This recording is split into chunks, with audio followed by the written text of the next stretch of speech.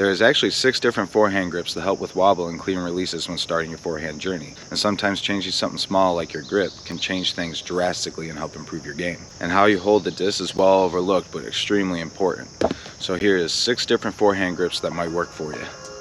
The last grip too is also a cheat code for beginners to help prevent wrist roll and help with release points. But first, there are 3 main things that all grips and these grips have in common that we're going to cover first. First, all grips rest in between the thumb and the index finger, right in the crease, and the contact fingers right on the rim with little to no bend. The big note here though is don't go sideways with it. You're not trying to flick this way or the side of your finger. A lot of people think you want to do that starting out. It's more of the ball of the finger so you can get that flicking power. Now the third and final thing is thumb placement, and this is way more important than people think, because you want the flicking fingers to stay loaded back until you need to flick, and a lot of that is determined by your thumb placement. Hopefully this disc is clear enough, but most people will put their thumb, because you need pinching power and pressure for the flick, so most people will end up starting out putting their thumb 2 away from the edge and 2 up to the top of their fingers. And what this does is it takes the fingers away from being loaded back.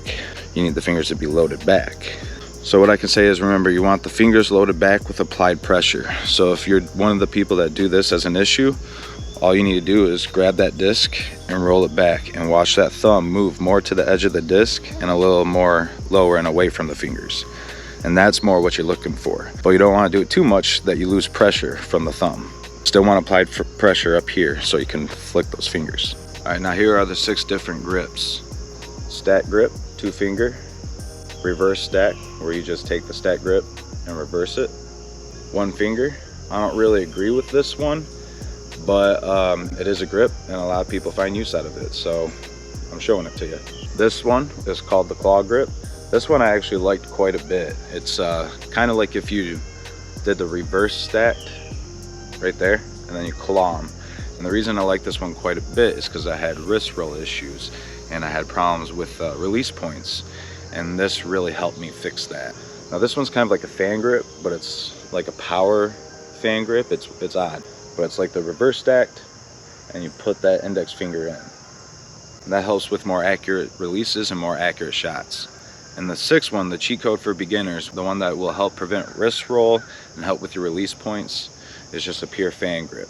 It's going to take a lot of distance away, but this will help you really kind of get an incentive on what your wrist is doing when you release. For most people, at least for me, it forces you to mentally think about the fact that you can't really put too much on it because of the position in which your fingers are in. So you're kind of forced to keep things more up, wrist up, preventing wrist rolls, and being able to gauge your release points a little better when you're starting out. Alright, that was 6 different grips to help you with your forehand journey when you're starting out. Hopefully one of these works for you, and happy to do this again. See you in the next one.